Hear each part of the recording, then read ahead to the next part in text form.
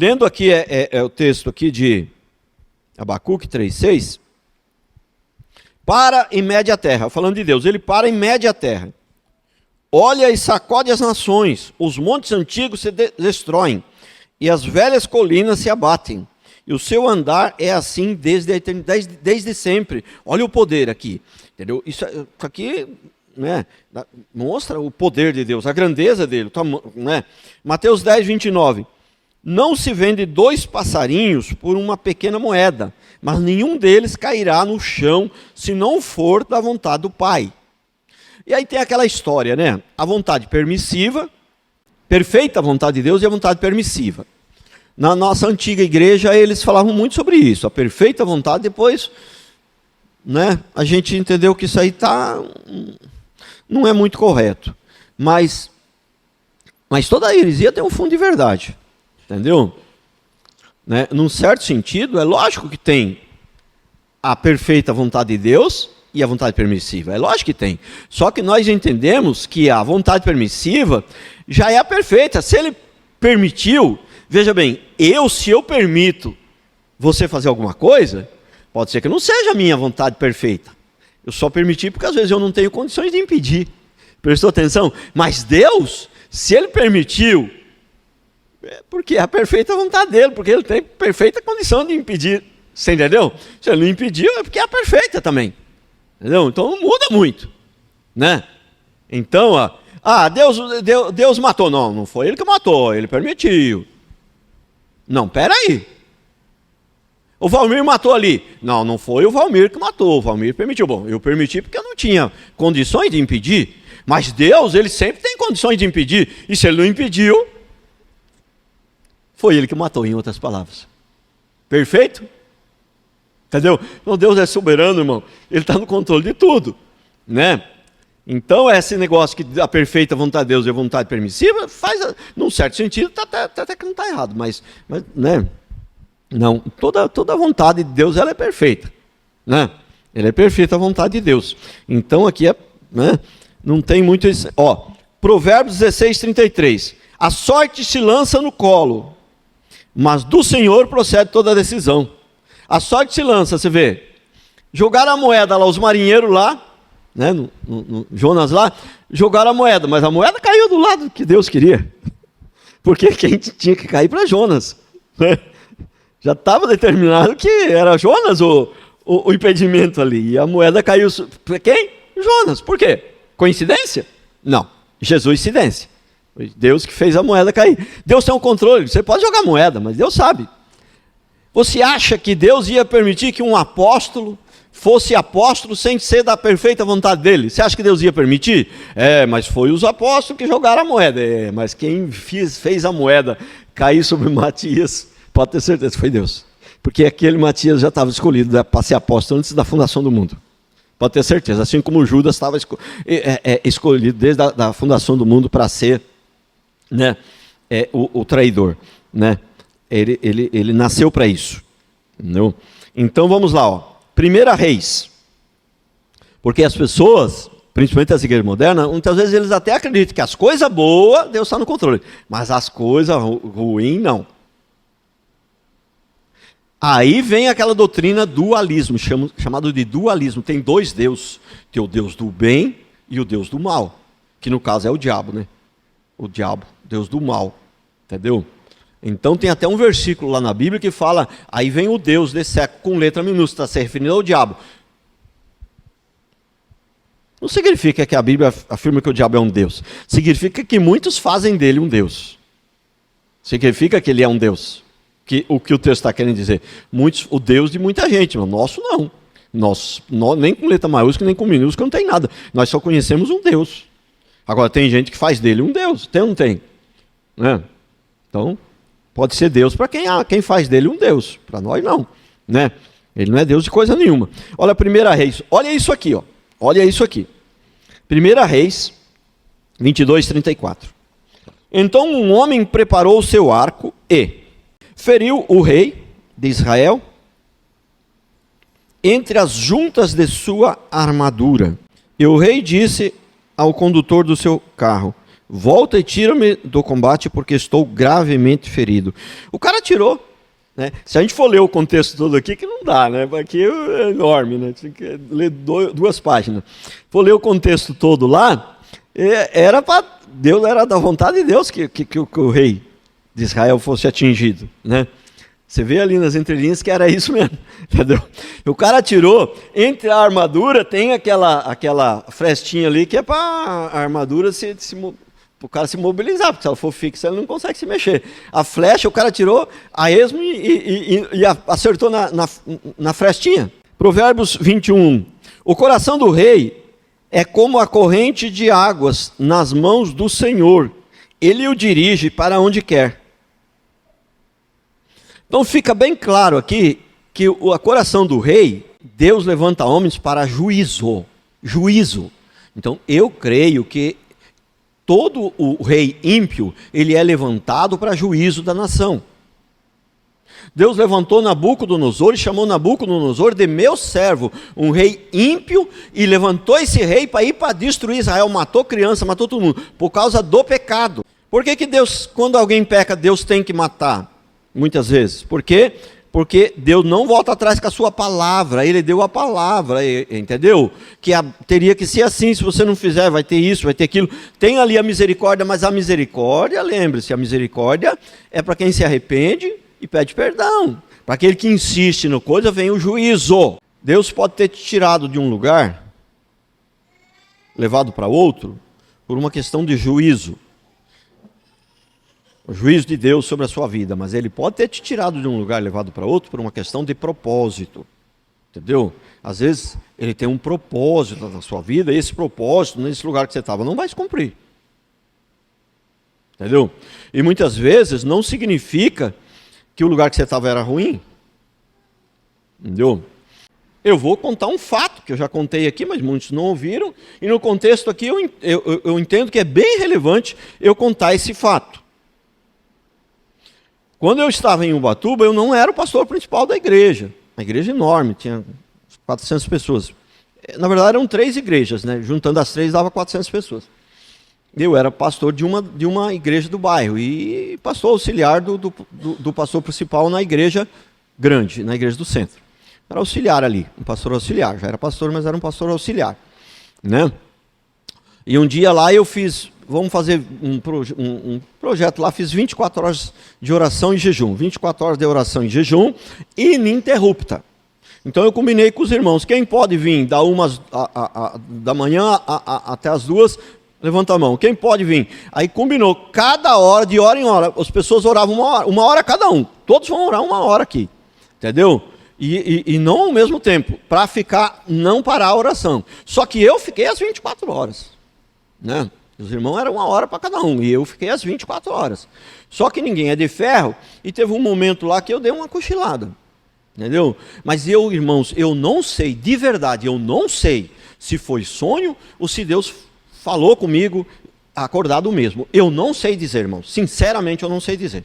Eu só sei dizer que eu falei para Carol, Deus me mostrou uma igreja, entendeu? A qual nós vamos pastorear, entendeu? E ele me mostrou de maneira muito clara, entendeu? Não sei quando será isso, eu não disse quando vai ser, ele não disse onde vai. Ele me mostrou uma igreja, entendeu? Eu falei, tinha pouca gente e estava servindo a ceia, né? E Deus falou, aqui você vai servir esse povo, você vai servir, entendeu? Você vai servir esse povo, entendeu? Deus falou claramente comigo. Eu não sei se foi sonho ou se foi uma fala, não sei, entendeu? Né? É que Deus te envolve de um jeito que você, né, você sabe que você recebeu a mensagem, entendeu? Aí o que é que aconteceu? Na mesma semana eu vim para Guará visitar os pais da Carol, que eles eram vivos ainda, meus sogros, entendeu? Aí o pastor da igreja de Guará me convidou para ir pregar lá, e eu fui pregar lá e eu não estava pensando no que Deus tinha falado comigo durante o jejum. Eu não estava pensando naquilo. Mas quando eu olhei assim a igreja, a porta não era no meio. Você nunca viu um galpão. É muito raro você ver um galpão com a porta no lado, né? É muito raro. Entendeu? E o que me chamou mais atenção foi isso, foi a porta. As pessoas, era a mesma quantidade de pessoas, estavam servindo a ceia, né? Na hora da ceia, eu preguei, o pastor pediu para me pregar, na hora da ceia, que eu vi assim, servindo a ceia, eu falei, nossa, mas esse aqui é o momento lá que Deus falou comigo. É aquilo lá, olhei a porta, assim, a porta do lado, que se é uma porta no meio, todo salão tem uma porta no meio, entendeu? Mas do lado, entendeu? E tal, eu falei, aqui é o lugar. É esse aqui, mas não falei para ninguém, guardei para mim, mas eu tive a certeza, aqui é o lugar. Aí quando cheguei, fui embora, cheguei em Ubatuba na segunda-feira, o pastor principal chegou e falou para mim assim, a paz do Senhor, escuta, é o seguinte, você quer ir para dirigir a igreja lá em Guaratinguetá? E sim. Não, mas como assim? Mas você não vai pensar, você não vai, entendeu? Eu não vou ter que te convencer, não vou ter que orar, não vai ter, não. Sim, eu aceito. Né? Agora, pergunto eu a vocês.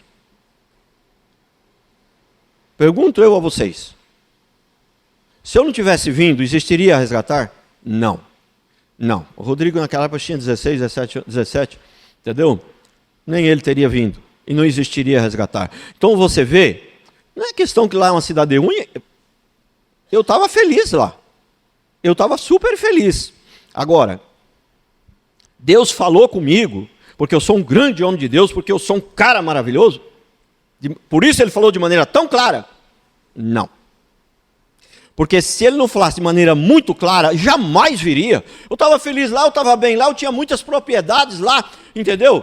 E você quando você muda de um lugar para outro, você vai vender, primeiro você tem que vender mais barato. Segundo, você vai pagar imposto de renda. Terceiro, você vai pagar imobiliária. Eu perdi 30%, 40% do meu patrimônio quando mudei de Ubatuba para cá. Você acha que eu ia mudar assim, se não fosse uma coisa bem clara? Então eu tinha que ter certeza. Então muitas vezes Deus tira você de um lugar por uma questão de propósito. Deus tem propósito, Deus tem tudo planejado. Deus planejou esse mundo antes. Assim como o engenheiro, você entendeu? Assim como o engenheiro, quando ele vai construir um prédio, antes de fazer o primeiro buraco, entendeu? Ele já tem um projeto. Um engenheiro, ele sabe bem próximo, né? Numa quantidade assim bem próximo, com uma margem de erro bem pequena. Com Deus não tem margem de erro. Ele sabe exatamente quantos grãos de areia vai lá. Entendeu? Mas o engenheiro, ele sabe. O engenheiro não vai construindo um prédio e fala, gente, olha, eu tive uma visão e eu estou pensando em a gente aumentar mais um andar. Mas aí vem o mestre da obra lá e dá uma ideia para ele. Ah, mas aqui o lugar é bom, cara. Se você fizer mais uns 2 andares aí, vai dar bom. É assim que o engenheiro trabalha? Nenhum homem aqui da terra que é decente, mas que é assim, um bom profissional, que é uma coisa, ele não trabalha assim, desse jeito. Você acha que Deus? Está tudo planejado, o projeto foi feito tudo antecipadamente. Entendeu? Então Deus tem um propósito nas nossas vidas. Entendeu? E é lógico que se for uma mudança radical, quanto mais radical for a mudança, mais claramente ele vai ter que te mostrar. Entendeu? Mais claramente. Agora tem coisas que não é uma mudança tão radical, porque a Bíblia já diz insistentemente que aquilo já é uma coisa certa, aí não vai precisar te mostrar muito claramente, se você... Ah, mas e se eu não viesse? Não tem esse negócio de não viesse. Se Deus declarou lá antes da fundação do mundo, você pensa que foi eu que aceitei a vir, não foi eu que aceitei a vir, foi ele que já estava declarado antes da fundação do mundo. Entendeu? Agora, mas a pessoa não pode às vezes tomar uma decisão errada, se rebelar e ir uma decisão errada? Sim, e ela vai ter tribulações por isso. Ela tomou uma decisão errada, ela vai ter tribulações. A Bíblia é bem clara em relação a isso. Só que aquelas tribulações ali, tudo aquilo ali, era plano de Deus, ou para juízo, ou para treinamento, te tornar mais forte, mais sábio. Porque depois da tribulação, sabe o que Jó falou depois da tribulação para Deus? Antes eu te conhecia só de ouvir falar, agora eu te conheço de fato e de verdade. Agora eu sei quem tu és.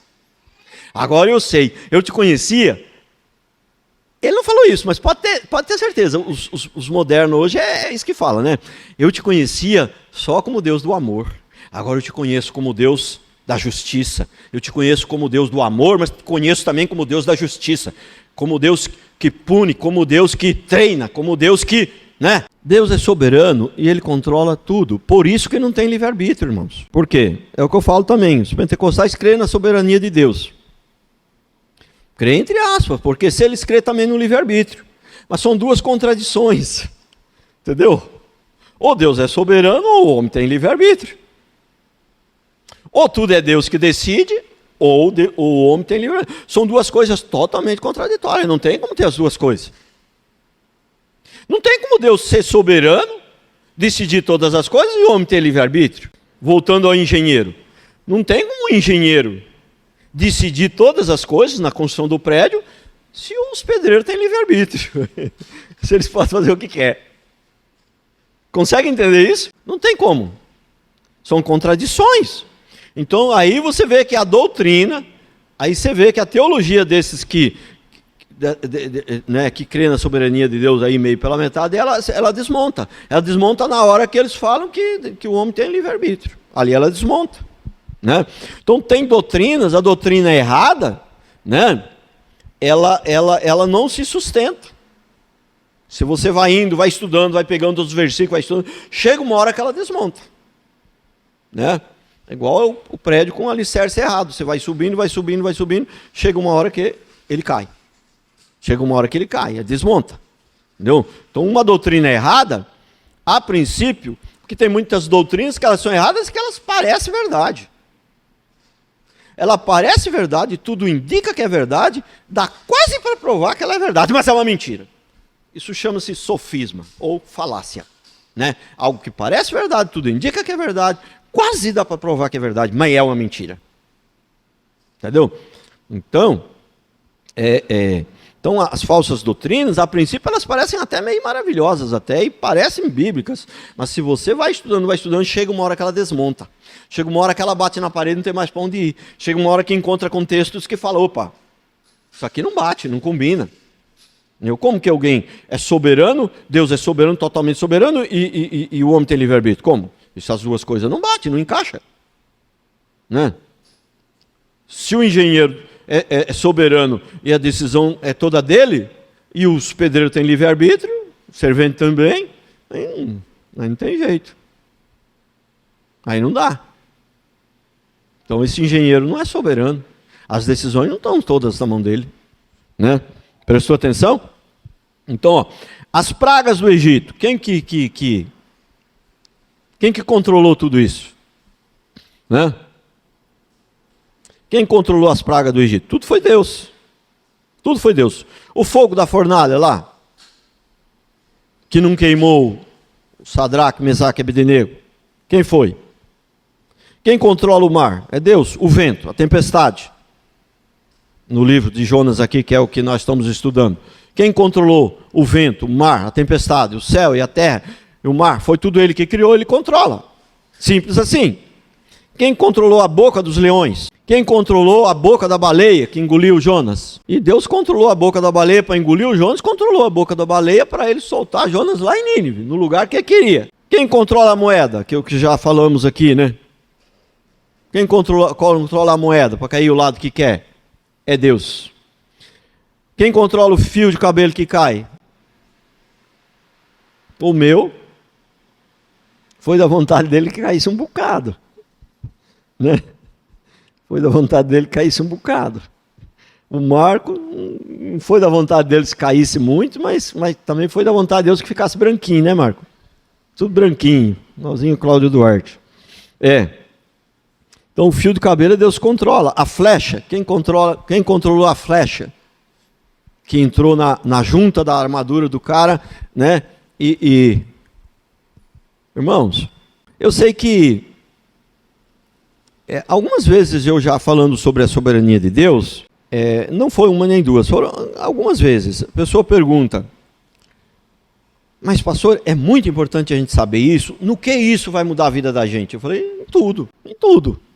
Porque você vê um filho dos olhos azuis, bonito, saudável, você se alegra. Mas você vê um filho deficiente, conforme tem uma família aqui, agora hoje eles não estão porque estão viajando, talvez venha à noite, entendeu? Uma família que está vindo na igreja aqui tem uma criança deficiente, entendeu? E você vê um filho deficiente, você não se alegra tanto, obviamente, né? Mas você fica em paz. Deus está no controle.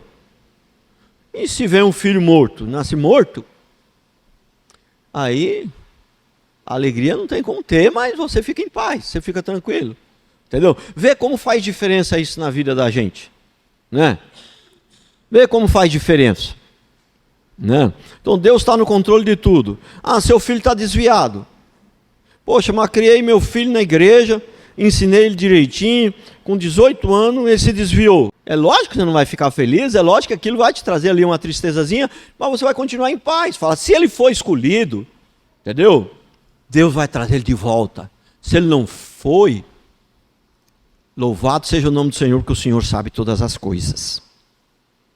Entendeu? Louvado seja o nome do Senhor, porque o Senhor sabe todas as coisas. Entendeu? Nós somos irmãos, certo? Toda a igreja, não é só a igreja evangélica, não. Até o pessoal do Comando Vermelho lá, eles se chamam de irmãos. Né? Mas quem leva mais um pouquinho a sério essa questão de irmãos aqui, vamos dizer, são as igrejas evangélicas. Mas precisava levar isso mais a sério. Mais a sério. Sabe por quê? Primeiro, se eu pelo menos é o que eu me esforço para fazer, é o que eu sempre oro para fazer. Né? Eu vejo as irmãs como irmãs, como filhas, como netas, e aí fica difícil eu ficar com intenções erradas com essas filhas, com essas netas, porque um pai, nem os pais ímpios têm intenção errada com filha, com neta. Raramente, até os ímpios tem, mas aí é exceção. Nem os ímpios, entendeu? Então, se a gente entender isso, que somos irmãos mesmo em Cristo Jesus, a gente vai haver mais santidade, levar mais a sério isso. São irmãos, são filhos, são netos, entendeu? Vai haver mais santidade no meio da igreja. Mas tem uma outra questão. Aquele irmão seu de sangue que não se converteu, ele só será seu irmão até o dia da morte. Depois que morreu, ele não será mais seu irmão. Ele será seu inimigo, ímpio inimigo. Ele será filho do diabo. E você é filho de Deus. Ele só será seu irmão nesse mundo. No outro mundo ele não será mais seu irmão. É aí que você precisa entender. Quando eu chegar lá, é aí que você precisa entender. Mas quando eu chegar lá, se tiver o meu irmão de sangue aqui, sofrendo aqui, eu vou perder a minha paz. Como que eu vou ter paz lá? Não existe isso.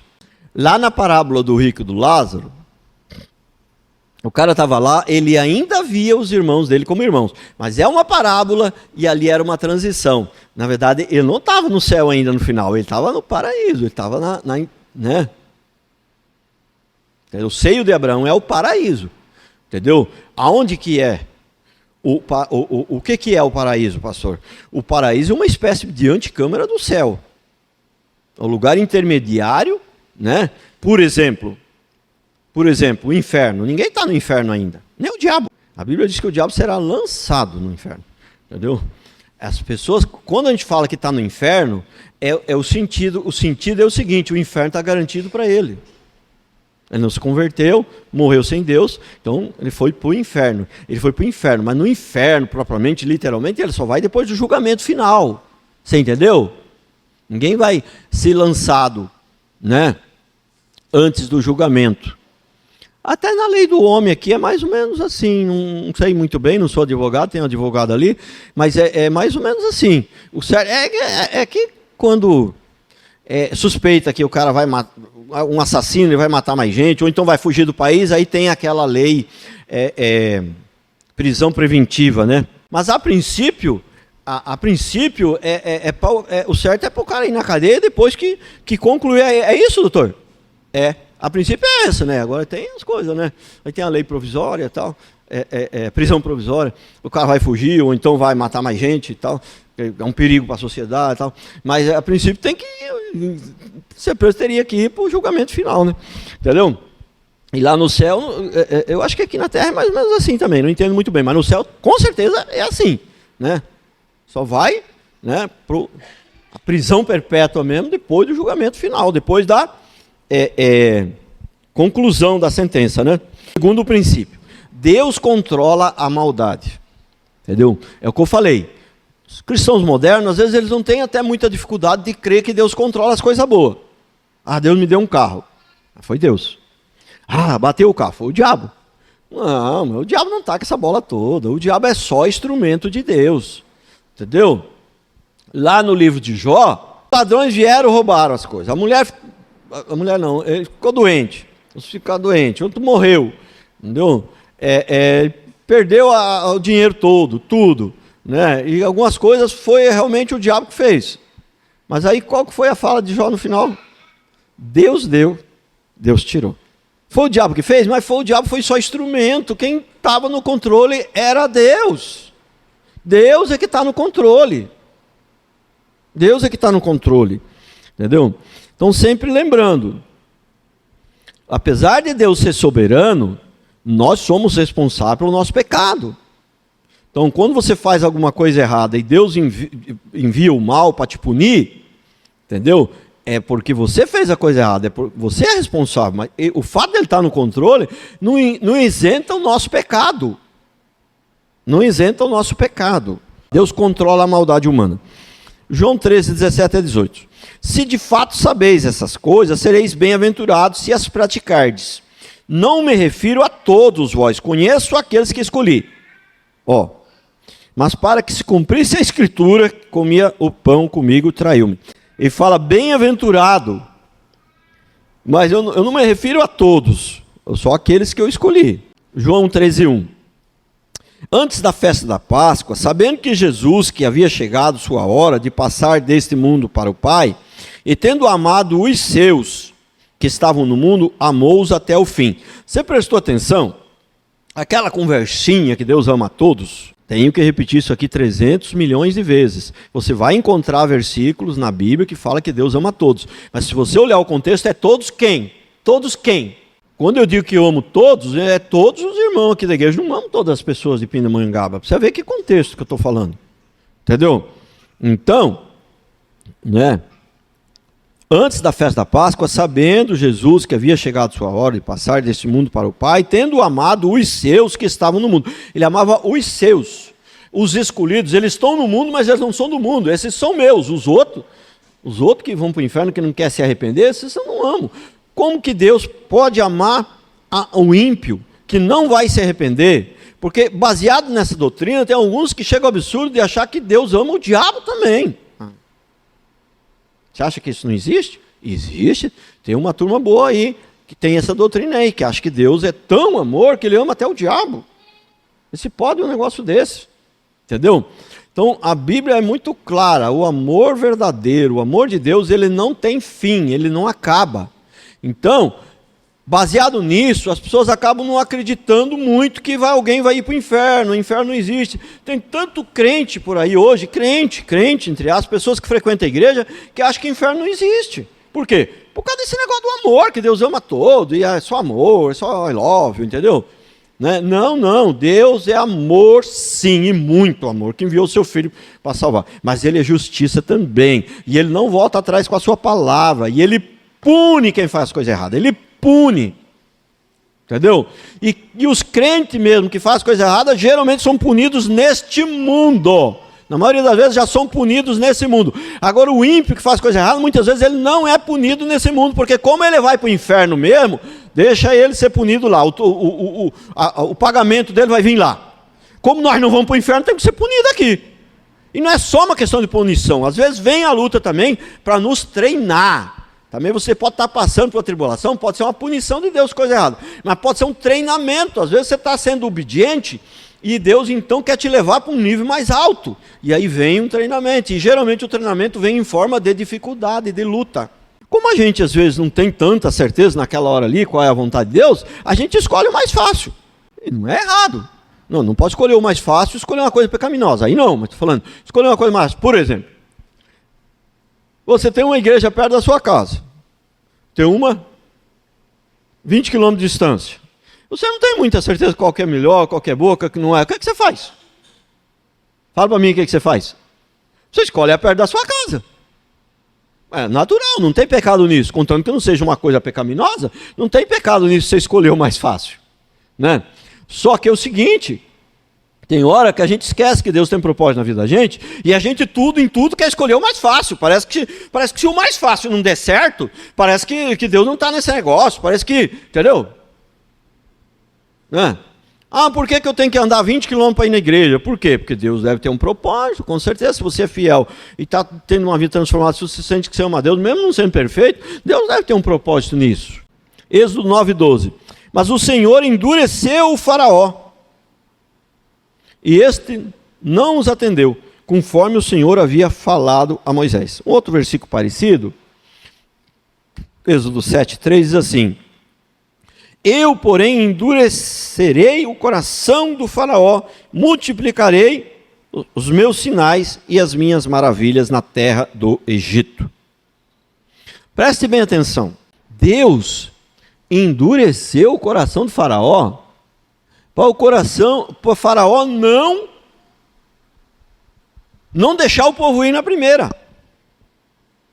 Endureceu o coração do Faraó para não deixar o povo ir na segunda praga. Endureceu o coração do Faraó para não deixar o povo ir na terceira praga. E assim sucessivamente até a 10ª praga. Deus tinha um propósito. Deus não queria só que o povo saísse dali. Deus queria que aquilo ficasse marcado. Queria mostrar o seu poder. Mostrar que Ele é Deus poderoso. Que Ele é forte. Que Ele controla tudo. Que Ele ama eles. Que Deus ia livrar eles. Não era de pouca coisa não. Era de muita coisa. Mostrar que Deus tinha poder para abrir o Mar Vermelho. Porque depois de ver o poder de Deus ali com o Faraó, irmãos, e você chegar assim em frente ao mar, é fácil crer que o mar vai se abrir. Agora, se Deus deixa sair na primeira, se eu estivesse lá, e Deus deixasse sair logo na primeira, quando eu chegasse em frente ao mar, eu falava, viu, cara, minha mãe. Entendeu? Como é que eu ia ter fé para que o mar ia se abrir? Mas depois de ver aquele monte de milagre, a hora que chegar na frente do mar, eu falei, isso aqui é fichinha para Deus, Ele vai abrir esse negócio. Então, muitas vezes, nós fizemos coisas erradas e Deus está nos punindo. Deus está nos punindo, é o juiz de Deus. Entendeu? Mas muitas vezes você está sendo fiel e Deus te dá uma prova maior. Você passou no... Estava lá no 2º grau, fez um vestibular, passou. Passou por medicina. E agora, beleza, agora é só alegria. Só alegria nada, é agora que vai vir luta. É agora que vai vir as aulas difíceis. Agora que vai vir prova difícil. Que agora é medicina, agora o negócio é outro nível. Irmãos, não esqueçam de uma coisa. Isso aqui é aquela frase para botar, fazer o corte, né? Irmãos, esse mundo é uma grande faculdade, uma grande universidade. E Deus, Ele está nos treinando. Ele está nos treinando, Ele está nos ensinando, nos amadurecendo, nos transformando. O principal objetivo de nós estarmos ainda aqui, estarmos na igreja, é voltar o que Deus, propósito principal de Deus das nossas vidas, vamos dizer assim, é nos levar de volta à imagem e semelhança de Deus, que é o jeito que era para ser, que o homem não devia ter pecado. Nos levar de volta, como Ele vai nos levar de volta à imagem e semelhança de Deus, sem luta, sem dificuldade, sem vitória. Só luta a gente não aguenta. Então, Ele dá as lutas, Ele dá a vitória. Tem hora que eu olho assim para as coisas, eu tenho sempre a impressão que para mim as coisas sempre são mais difíceis. Tenho sempre a impressão, para mim as coisas são mais difíceis que para os outros. Tenho sempre essa impressão, mas é uma impressão, mas muito impressão mesmo, viu? Sempre são mais difíceis. Entendeu? Sempre são. E é o treinamento de Deus. Parece que elas sempre são mais difíceis, mas eu estou sempre sendo abençoado. Isso que importa. Fui comprar um carro, depois de convertido, nunca mais sonhei em ter um carro novo. Nunca mais. Nem seminovo. E nem carro de luxo. Né? Aí fui comprar um carro, uma loja das mais bonitas de Guaratinguetá. Uma loja enorme, só carro bonito. Aí, dá para confiar, né? Dá para confiar. Fui lá e comprei o carro, um Ford Ka. O Fernando estava viajando, estava para Ubatuba. O Fernando conhece todos os lojistas de carro lá em Guará. Aí eu falei para o cara, olha, na hora que o Fernando chegar de lá, eu vou querer que ele olhe esse carro para ver se está bom mesmo. O Fernando chegou, falei lá, pai, esse carro... Não é um carro legal para você comprar. Vou escolher um outro lá para você. Aí foi lá e escolheu um Onix preto, turbo, 2020, um carro bom, que eu nem sonhava ter um carro desse. Né? Só que aí ficou 15 mil a mais. Falei, mas eu não tenho dinheiro. Aí eles dividiram lá, ele e o Rodrigo, cada um deu a metade. Né? Aí, todo feliz com o carro, né? Eu já fiz, há uns 2 anos e pouco, já fiz mais de 30 mil quilômetros com o carro. Carolzinha anda bem, viu? Aí, esse carro não tá legal, um carro desse nível, com 80 mil quilômetros rodados, você está baixando um pouquinho o óleo, um pouquinho a água. Só comentei com eles. Falei, não, pai, pode deixar que eu comprar um novo para vocês. Foram lá, fiquei triste com aquele negócio, falei, gente do céu, um carro novo, não é normal isso aí, e logo eu sou servo do Senhor, e comprar esse carro. Aí do nada, assim, sem pedir, sem nada, foi só um comentário, foram lá trocar o carro. Dividiram de novo metade para cada um. Parece que tudo para mim é mais difícil, entendeu? Mas só que parece que tudo para mim no final dá certo, irmão. Essa que é a questão. Poxa, o primeiro não estava bom, o segundo não estava bom também. Só Deus, e nisso eu só vou aumentando. Eu só vou aumentando. E agora tem até o câmbio automático. Agora, sabe quando a gente vai ficando meio velhinho, as perninhas vai cansando um pouco, fica apertando a embreagem, chamando de lombada aí. Entendeu? Problema de velha, problema de junta é negócio. Parece que tudo para mim é mais difícil, mas parece que tudo no final dá certo. Por quê? Porque Deus está nos treinando, Ele está me treinando a cada dia mais. Enquanto eu viver, Ele vai estar me treinando. Entendeu? É isso que a gente precisa entender. Esse mundo é uma grande faculdade. Irmãos, a Bíblia diz que os anjos queriam pregar o Evangelho. Deus não permitiu. Ele quer que nós preguemos. Sabe por quê? Porque nós somos muito mais rápidos que os anjos, muito mais sábios que os anjos, muito melhor. É por isso? É por isso? Lógico que não. É lógico que não. Por quê? Os anjos não precisam mais ser treinados. Os anjos eles já são perfeitos, eles não têm mais que ser treinados. O que Deus quer é nos treinar. E a melhor maneira de nos treinar é pregando o Evangelho. É amando. Quando você prega o Evangelho, quando você entende o Evangelho, você quer pregar o Evangelho, entendeu? E aí a pessoa não quer converter, e você vai pregar, a pessoa zomba, te ofende, e o outro, né, quer sair da igreja, e o outro, você põe uma bobaginha de nada, já quer sair também, entendeu? Ai, meu Deus do céu. Você não tem como não ser moído. Você sabe quando você pega o açougueiro, bota a carne lá naquele negocinho que mexe assim, sai tudo moidinho lá? Irmãos, é isso que Ele quer fazer da gente, Ele quer moer até o último. Só que Deus é tão sábio que Ele não vai fazendo isso assim de uma hora para outra, você chegou na igreja já vai. Muito pelo contrário, o bebezinho quando nasce é só carinho. E é assim que Deus faz quando a gente converte muitas vezes, no comecinho é só carinho, depois Ele vai equilibrando. É luta e vitória, uma luta e vitória, porque se der só luta, né? O cara não aguenta também, aí não é treinamento, aí, né? Então Deus vai equilibrando, é luta e vitória. Então o que acontece? No final, aquilo que você tem, você dá muito mais valor. E você dá muito mais valor, e você vai ver como foi bom eu ter sofrido um pouco para ter isso aqui. Porque agora eu sei quanto custa, e eu fico muito mais felicidade andando. Você viu o filho que ganhou do pai, não custou nada, ele não está nem aí, nem desfruta direito, porque ele acha que aquilo ali é um lixo, ele acha que não. Né? Certa vez eu vi um vídeo, a mulher chorando em prantos. A moça chorando em prantos. Falou, eu nunca trabalhei, minha mãe sempre me deu tudo, eu achei que as coisas não custavam nada. Entendeu? Achei que as coisas eram baratas, e ela morreu, eu tenho que trabalhar, agora eu sei quanto custa, ela não está nem aqui para ouvir eu.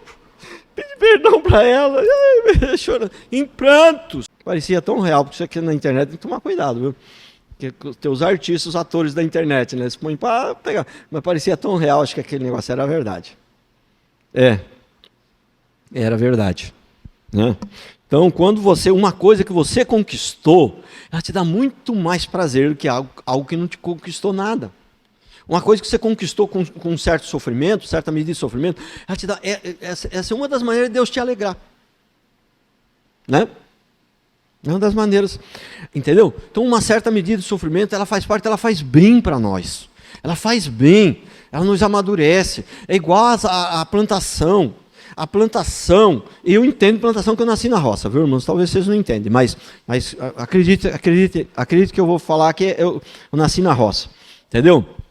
Irmãos, você plantar um pé de milho, se vier só chuva, mas, cara, aquele milho fica lindo, ele fica verde assim, e cresce, dependendo da terra, é uns 2 metros de altura, entendeu? E fica lindo. Mas é só dar um ventinho, ele fica tão molenga que é só o primeiro ventinho, puf, ele cai. Entendeu? Então tem que ter chuva. Agora, se você plantar o milho e tiver só sol, ele fica rígido, cara. Você pode bater nele que ele não cai, mas também fica mirradinho, entendeu? Então tem que ter um equilíbrio entre a chuva e o sol, para que ele cresça, ele tem uma certa formosura, uma certa coisa, mas também ele está firme, ele está rígido, ele não cai, qualquer coisa. Entendeu? Assim somos nós. Assim somos nós. Para encerrar, Deus amou os seus. Deus não ama todos. Deus ama aqueles que são convertidos, que são filhos dele, e aqueles que ainda vão se converter, eles já amam. Misericórdia ele tem de todos. Mas só que a misericórdia de Deus acaba. A Bíblia diz que o amor não acaba, a misericórdia acaba. E quando que vai acabar? Você vai encontrar textos também que vai dizer que a misericórdia de Deus dura para sempre. Dura para sempre para quem? Para os seus. Porque para aqueles que não são seus, que não se arrependem, que não seguem o Senhor, um dia a misericórdia dele vai acabar, tanto vai acabar. Se eu acreditar que a misericórdia de Deus não acaba para ninguém, então eu não posso acreditar no inferno. Você não precisa ser teólogo, você não precisa ser pastor para entender. Não, peraí. Se a misericórdia de Deus dura para sempre, para todos, então não existe inferno. Por quê? A pessoa está queimando no fogo do inferno e está debaixo da misericórdia de Deus? No inferno não existe misericórdia. Deus não leva a pessoa, ninguém a fazer o mal. Ele simplesmente solta o freio. Entendeu? Simplesmente solta o freio. Isso que nós temos que fazer. Deus não tem parte com o mal. Porque quando você prega isso aqui, tem umas pessoas que não gostam da doutrina da gente, não coisa, e também não gostam de ouvir, são preguiçosos também, não são crentes direito, e não ouvem a palavra também, e eles nem prestam muito bem atenção, não estão nem aí eles entendem tudo errado. Aí eles acham que a gente está pregando que Deus faz o mal, que Deus faz coisa errada. Não, Deus não faz o mal.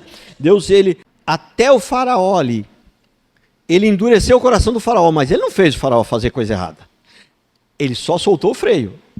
Endureceu o coração do faraó para não liberar os egípcios, mas não endureceu o coração do faraó, mas não fez o faraó fazer as coisas erradas, matar ninguém, não, Deus não faz isso não. Porque existe um freio na teologia reformada, é exatamente essa expressão que é usada. Existe um freio, o qual Deus controla o ímpio também. Né? Porque o ímpio não tem o Espírito Santo como morada, então como Deus fala com ele? É um freio, é na marra. Deus controla. Porque se Deus não tivesse esse freio, se Deus permitisse o ímpio fazer toda a maldade que o ímpio gostaria de fazer, não tinha mais nenhum crente vivo aqui, já tinha morrido tudo, tinha virado farofa já tinham nos destruído. Entendeu? Então tem um freio. E quando Deus solta esse freio, Nabucodonosor, meu servo, Deus colocou no coração do Nabucodonosor, vai lá em Israel e mata todo mundo. Não. Isso já estava no coração do Nabucodonosor fazia muito tempo. Deus simplesmente soltou o freio. Entendeu? Permitiu que ele fizesse, vamos usar essa expressão, permitiu que ele fizesse. Então não foi da perfeita vontade. Foi. Porque a vontade de Deus sempre é perfeita. Se ele permitiu que ele fizesse, porque foi da vontade dele. O juízo de Deus para colocar as pessoas. Essa doutrina é difícil de ser ouvida. É ou não é? Isso que prova que ela é verdadeira. Porque a verdade sempre, tem até um texto que fala que a verdade, quando ela bate aqui, ela é amarga. Lá no estômago, ela se torna doce. Tem até lá em Apocalipse um texto que fala sobre isso. Quando você ouve a verdade, ela não é boa de ouvir. Ela é boa depois. Depois ela vai surtir efeito bom e ela vai fazer bem para você. Mas na hora de ouvir, é meio pancada. Jonas foi lá, falou a verdade lá em Nínive. O que ele falou? O que ele falou? Vocês são lindos, maravilhosos. Aí vocês são tão fofinhos, vocês aqui de Nínive. Né? Foi isso que ele falou? Chegou em Nínive, vocês são maldosos, vocês são pervertidos, vocês estão atolados no pecado, e se vocês não se arrepender, Nínive vai ser, em 40 dias vai ser destruído. É fácil de ouvir isso? Dura a palavra, não foi? Só que essa verdade salvou Nínive. Foi amarga na boca, na garganta, mas quando desceu para o estômago, quer dizer, quando ela surgiu o efeito, ela trouxe efeitos maravilhosos. A cidade de Nínive se converteu, não foi mais para o inferno. Vocês conseguem entender isso? O que acontece é o seguinte, que está cheio de gente aí procurando sempre uma igreja que fala bonitinho, um pastorzinho que massageia o seu ego, que o pessoal está sempre procurando isso. Fuja dessas coisas. Fuja dessas coisas. Fuja dessas coisas. Não tem nada mais amoroso do que falar para você a verdade. Não tem nada, esse é o verdadeiro amor. O nosso amor aqui não é o amor de petista, não é o amor de pentecostal, não, é o amor de Deus. Não tem nada mais amoroso do que falar a verdade. A verdade. Então vamos ficar de pé.